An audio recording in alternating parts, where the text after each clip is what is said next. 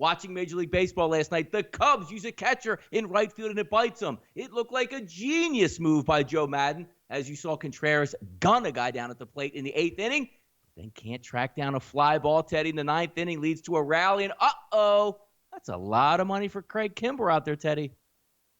Yeah, it sure is. And look, it's worth noting with Kimbrell, the two teams that knew him best, Atlanta and Boston, the two teams that he pitched on prior to his tenure in Chicago, they both had some needs in the bullpen.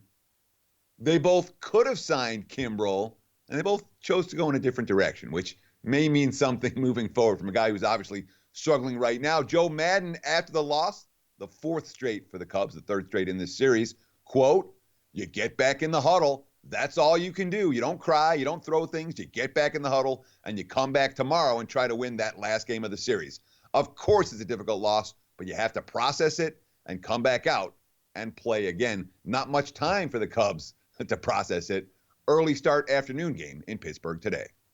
Yeah, some teams looking to finally get to that, 4th of July break and then the All-Star break to try to get some downtime built in. But it was an interesting game to watch overall yesterday. Chris Bryant is back in the lineup today for the Chicago Cubs, so we'll see if that does make a difference. Take a deep breath, Teddy, of course.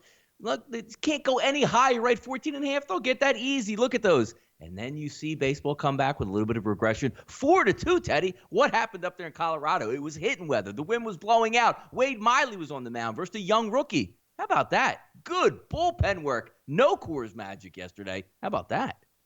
And look, started out like the same way every other game started out for the Rockies of late. They had 5 runs by the top of the 3rd. But, let's give credit to the two bullpens, and particularly Colorado's bullpen was great yesterday, which they haven't been, obviously. And then Miley, who the advanced metric markets continue to despise. He was sensational. 6 innings, 1 earned run, 6 strikeouts. Worth noting, talking about some of these trends that you want to be riding or paying attention to. The Astros now 15-3, their last 18 tries as road chalk. The Rockies just 10-23, their last 33 as home dogs. Yeah, it's always interesting when you take a look and try to bet games at Coors Field. Teddy, just from your perspective there, because it's a unique environment, as we all know. The ball travels much further, and as you see, the totals are much higher. Whether or not you're taking a pitcher who's used to pitching there or a pitcher hasn't been in elevation, just take maybe a minute to take a look at maybe your, handicap and prowess when you say, you know what, this game's at Coors. Here's what I look for when I try to bet a game, whether it's side or total there. Oh, I'm definitely looking at pitcher's track record in this field. I remember a couple of weeks ago when Ryu had been shutting down everybody, and he went up to Coors Field, and he's like, oh, look at his track record. He got an ERA of 12, and he got bombed as worst start of the season there. So I will always look at a pitcher's previous track record on this field. It's not infallible. It's not perfect, but I rarely take a pitcher in their first start at Coors unless I'm fading them. And in general, I want to know how a pitcher has been able to handle the nuances of pitching in altitude where your pitches just don't break the same way. So track record for me, very important.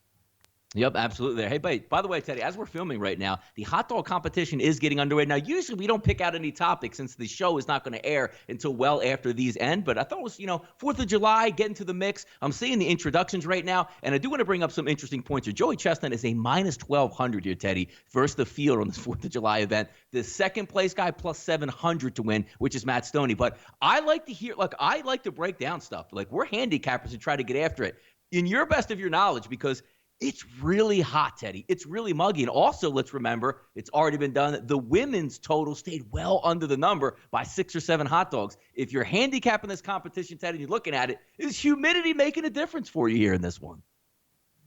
No. I can't think so. But let's talk about the fact that we're betting on this because it's fun. Mm-hmm. And look, no one's going to get rich betting the hot dog competition. No one's going to go broke hopefully betting the hot dog competition. It's just action, okay? All books want is action, a fair competition, and they can live off the vig. It's no big deal, New Jersey. Jersey, of course, wouldn't allow betting for whatever. I still don't understand the reason behind it for the hot dog eating competition. Is it fixed? What's the rationale? It's a head scratcher for this better. No, it's absolutely a head scratcher. I'll tell you the bigger head scratcher, Teddy. I try to wrap because look, I like to eat. Most people out there like to eat. We love to barbecue. Maybe you throw it on a burger, maybe 2 burgers and a hot dog. I still can't compute, Teddy, in my mind, finishing off 74 hot dogs. And we're not talking about, Teddy, over a month or 2 months. We're talking about 10 minutes. How about in just the first minute alone, Teddy?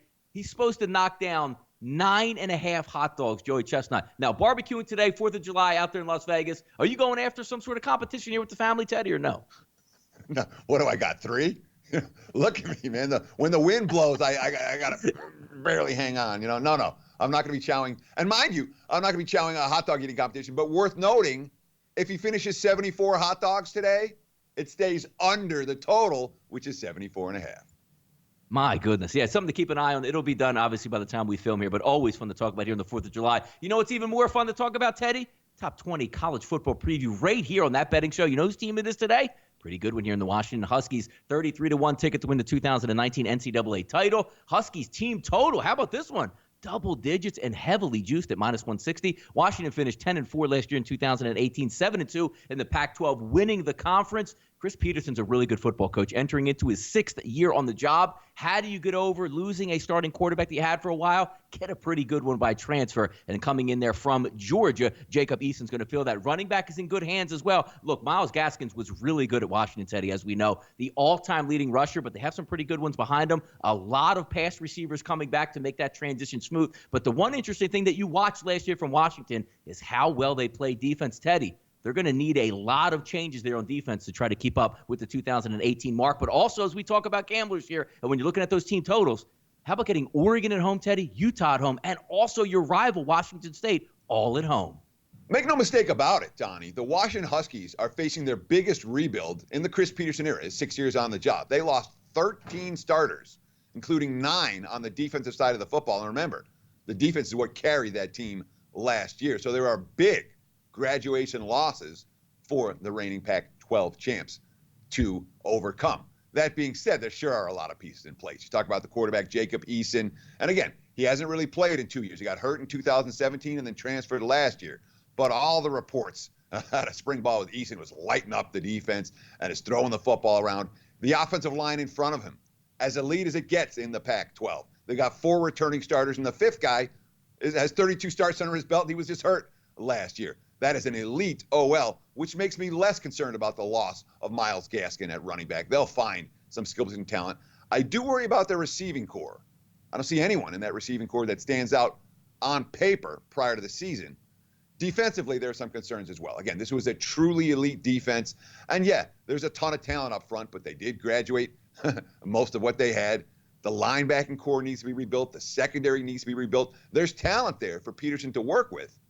And the schedule is friendly for the Washington Huskies. This team has an enormous potential this year. They could really overachieve. They could beat anyone on their schedule. They could also take a step back. So the Huskies are a team, for me, coming into the campaign, I don't have a strong bet on, bet against. This is a watch and learn team early on. Maybe we'll be able to make some money with them as September rolls along.